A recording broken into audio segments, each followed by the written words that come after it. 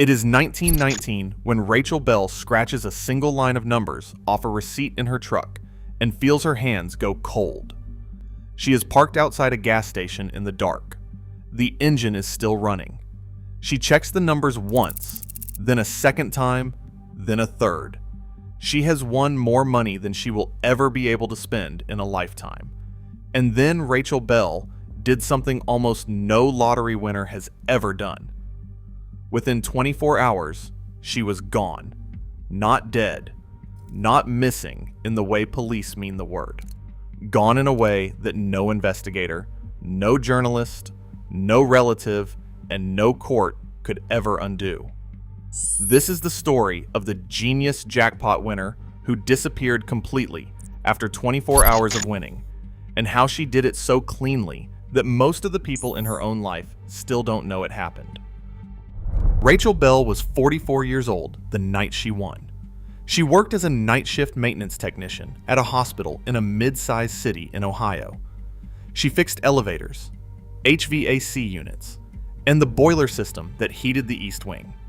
She worked 4 nights a week, from 10 p.m. to 6 a.m., and she had done so for 9 years. She was the kind of person other people described with the same 3 words: quiet, reliable, invisible. She wasn't unfriendly, but she didn't talk much. She ate the same turkey sandwich every shift at 2 a.m. in the same break room chair. She parked in the same corner of the same lot.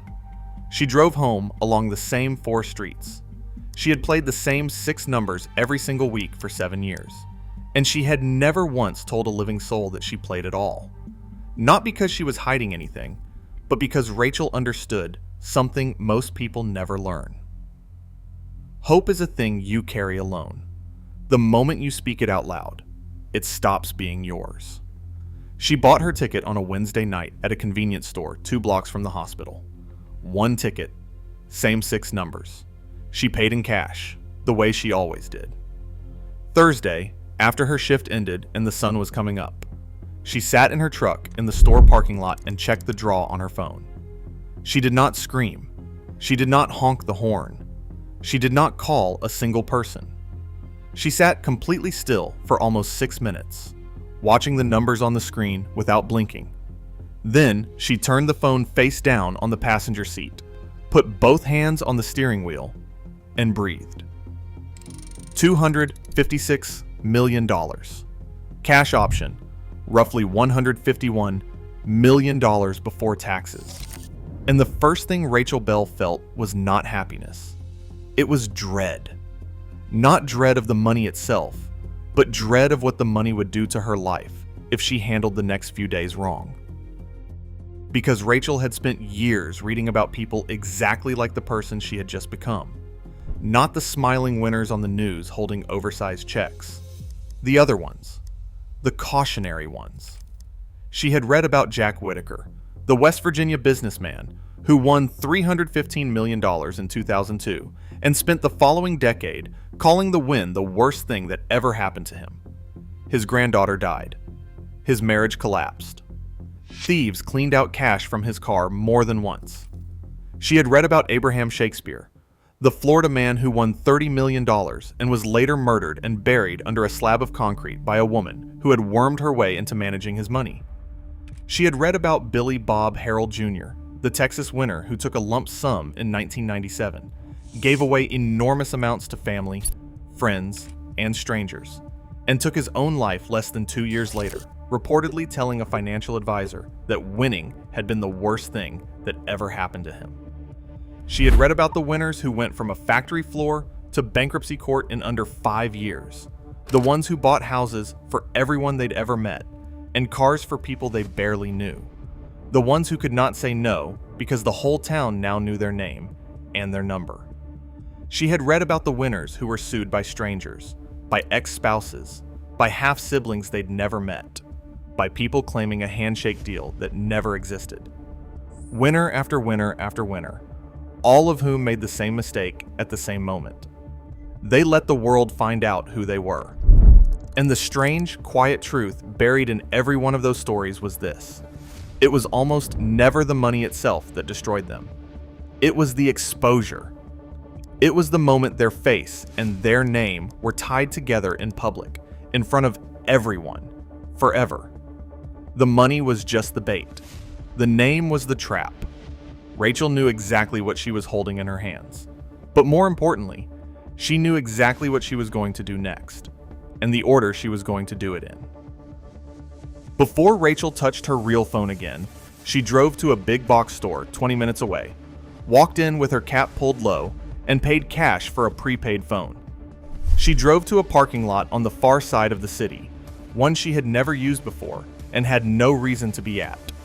Then she called a number she had memorized more than a year earlier and never once saved in any device. A lottery attorney based 2 states away. Most people don't know that lottery attorneys exist as a specialty at all, but they do. And there are only a small handful in the entire country who have actually walked clients through a fully anonymous claim more than a few times. The best of them all say the same 3 things the moment the phone rings. Don't sign the ticket. Don't tell your family. Don't go anywhere near the lottery office. Not yet. The attorney walked Rachel through the next 72 hours with the precision of a man reading from a checklist he had used before. First instruction: sign nothing. In most states, an unsigned lottery ticket is what's called a bearer instrument, which means whoever signs the back becomes the legal owner. The instant Rachel signed her own name, she would lock the entire claim to her own identity, permanently, publicly, and irreversibly. She needed something else to sign it.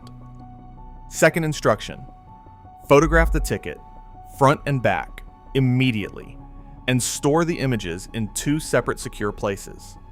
Rachel photographed it on the burner phone in the parking lot.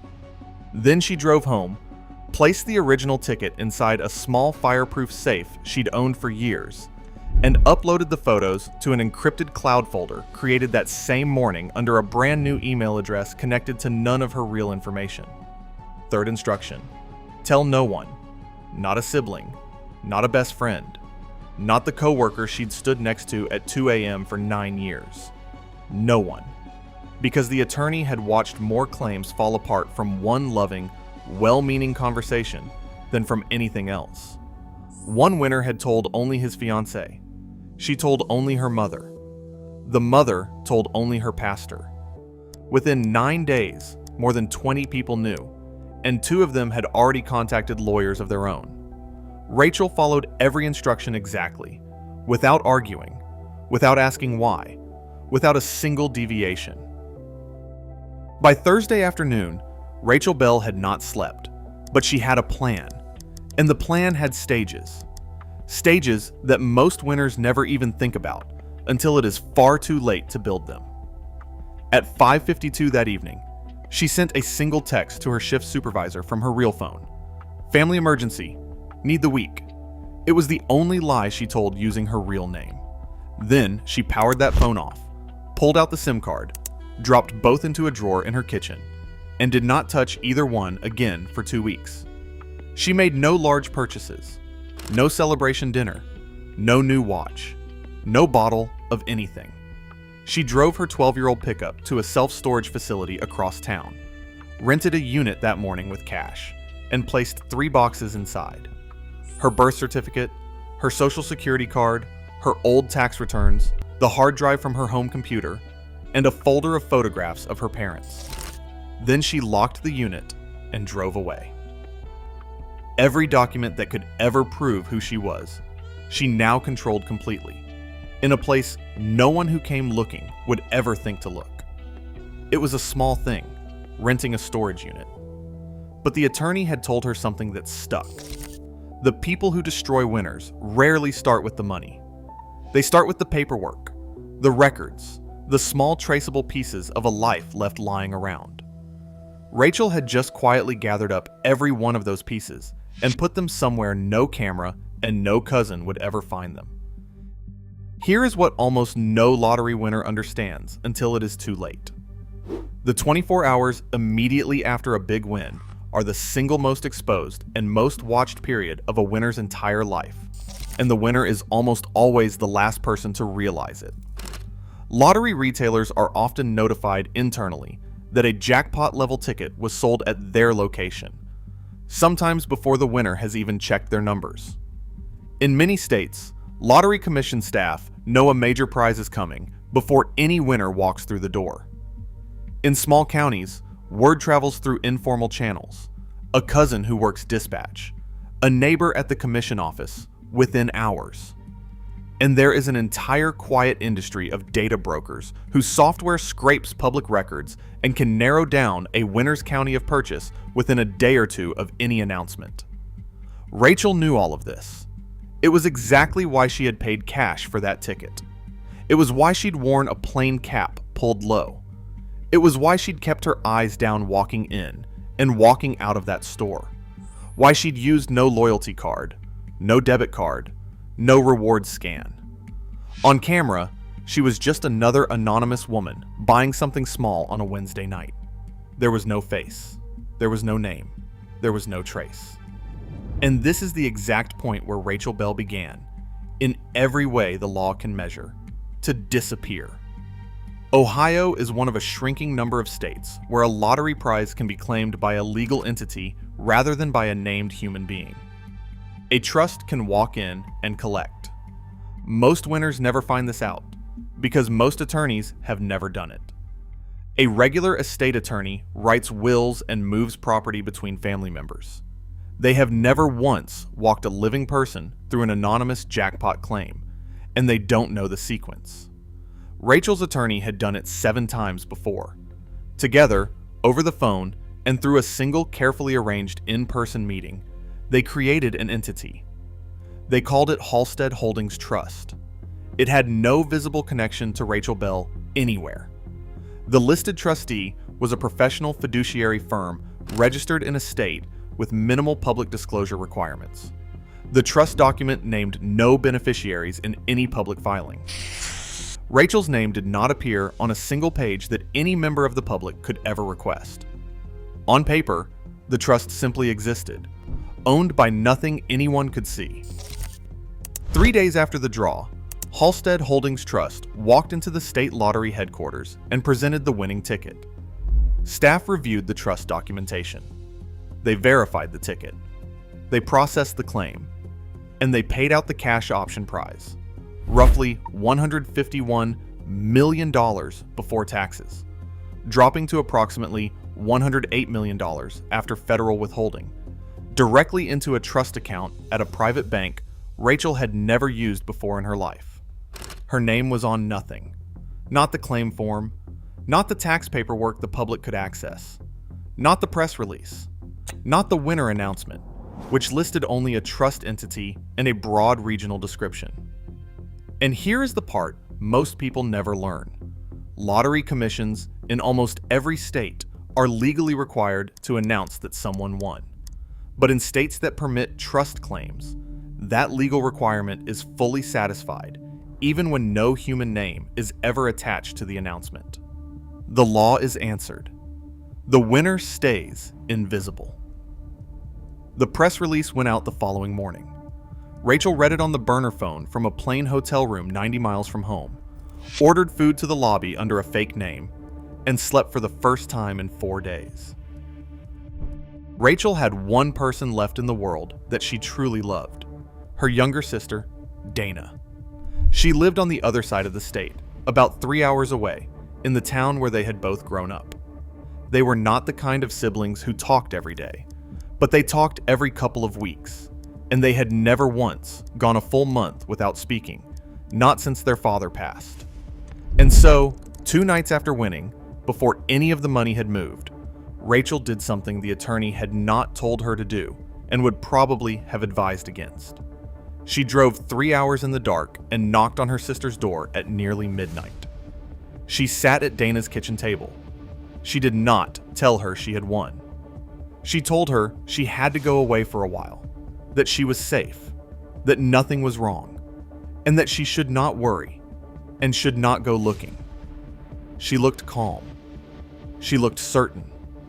Dana had never seen her so still. She handed her a sealed envelope and told her to open it in 6 months if she had not heard from her by then.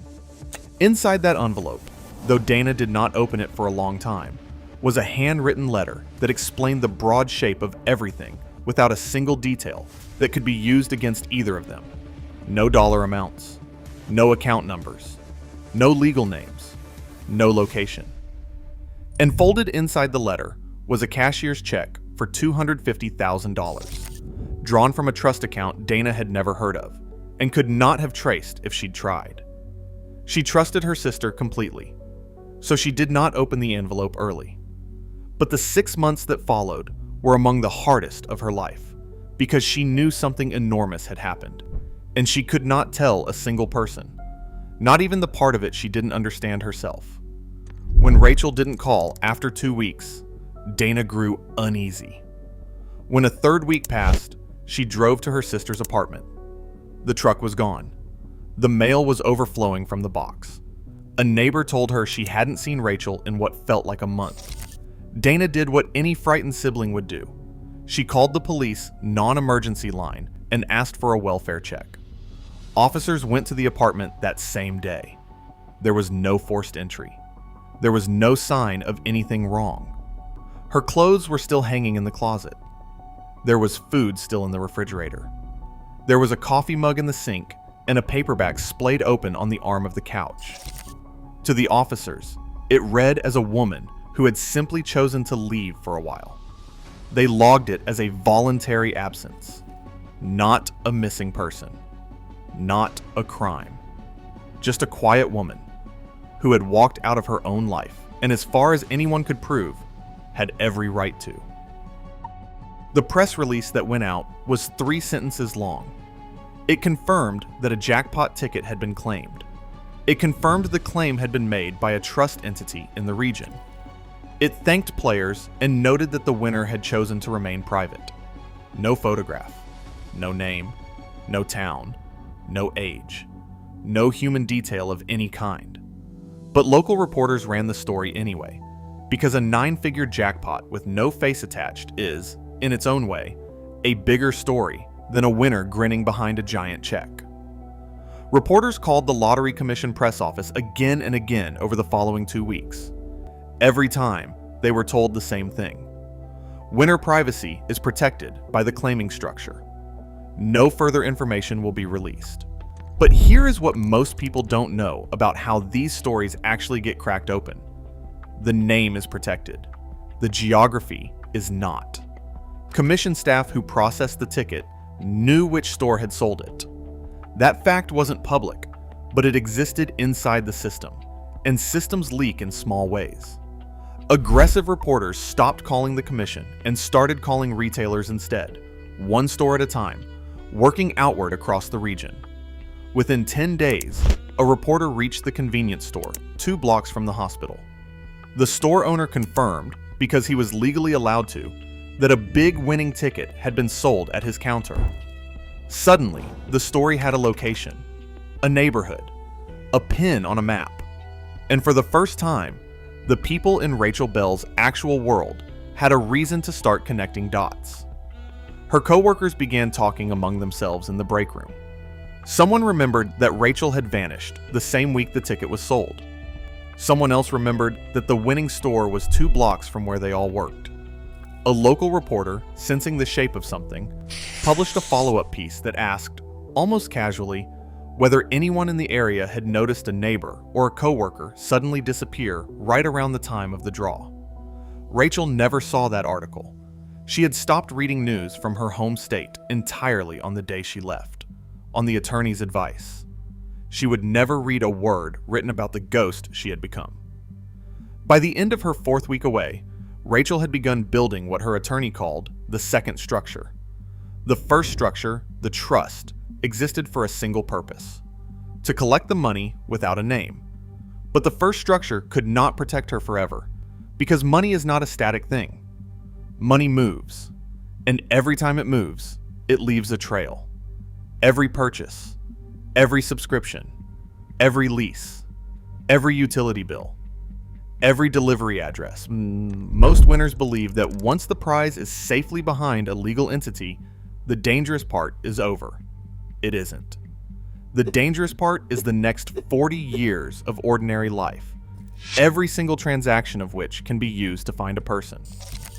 So the attorney introduced Rachel to a specialist, a forensic financial planner whose entire quiet practice was built around one thing: privacy architecture for people who had come into sudden money under sensitive circumstances. It is a profession that exists almost entirely outside public awareness, and its clients almost never speak about it.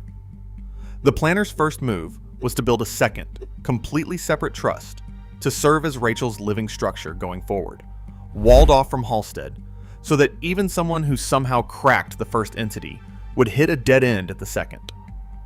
From that living trust, they formed a single-member limited liability company whose only purpose was to hold a home. That limited liability company was registered in a state where ownership records are not publicly searchable by name. A property manager hired by the limited liability company leased a house in a quiet suburb in a completely different part of the country.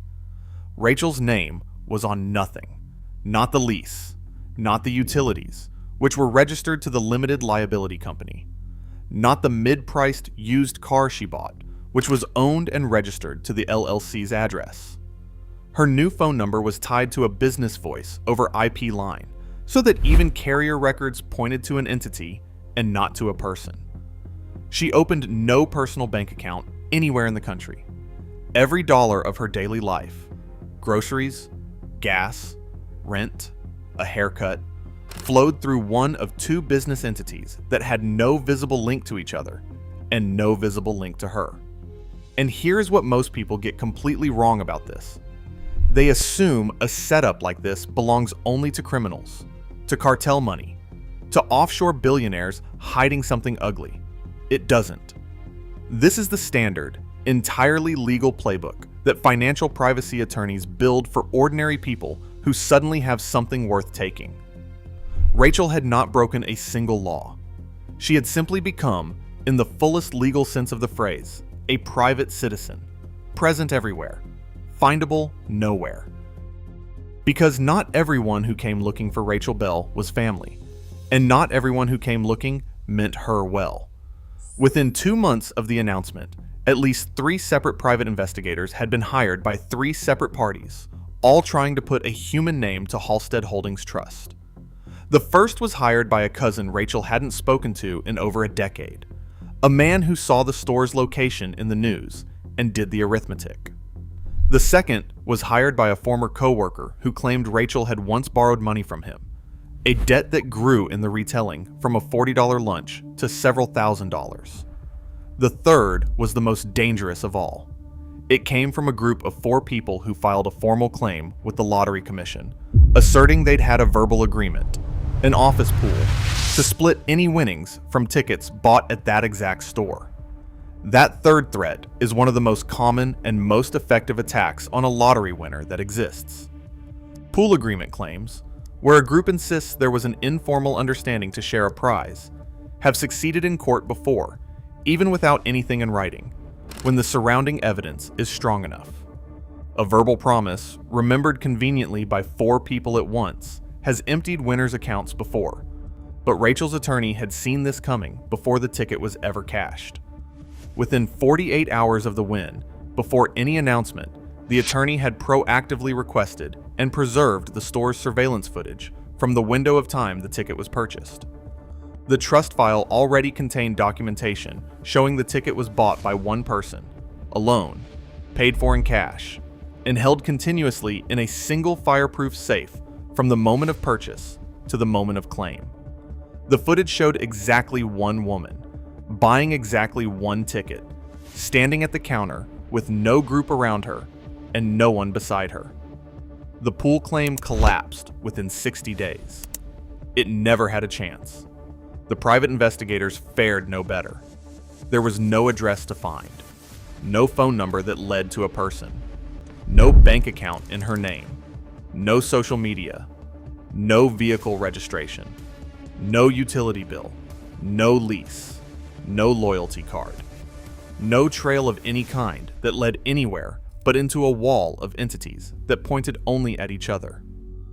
One investigator, writing later in a trade publication without ever naming the case, described a claim he'd been hired to crack that year as the cleanest anonymous win he had encountered in more than 20 years of the work. He wrote that it felt less like finding a hidden person and more like searching for a woman who had quietly, deliberately, and completely stopped existing. He never knew he was describing Rachel Bell. He never would. Dana opened the envelope on the day the 6 months ended, sitting alone at the same kitchen table where her sister had said goodbye. She read the letter twice. She understood, finally, in broad strokes, what Rachel had done and why. And she understood the last line of it, which asked her simply to live her life, to tell no one, and to trust that her sister was somewhere safe and, for the first time in a very long time, unafraid. She deposited the check. She never spoke a word of it to anyone. And once every few months, from a number she did not recognize and could never call back, her phone would light up with a single text. 2 words. Still here. She always knew exactly who it was. Rachel Bell did not just win a lottery. Almost anyone can win a lottery. What Rachel did was far rarer and far harder, and it is the part that nearly every winner in history has failed. She won the part that comes after. The part where the money is supposed to find the winner and slowly take everything. She got to that part first. She saw it coming from years away, and she stepped out of its path so cleanly that the ordinary story, the reporters, the relatives, the investigators, the lawsuits, the slow unraveling that consumes almost every big winner, simply never happened to her. She kept the money. She kept her sister. She kept her life. And she kept the one thing that almost every other winner loses within the first year: the ability to walk down a street as no one in particular. Somewhere right now, in a quiet suburb in a state she never lived in before, a quiet, reliable, invisible woman is fixing something with her own 2 hands, because she likes to, not because she has to. No one around her knows. And that, exactly that, was the entire point.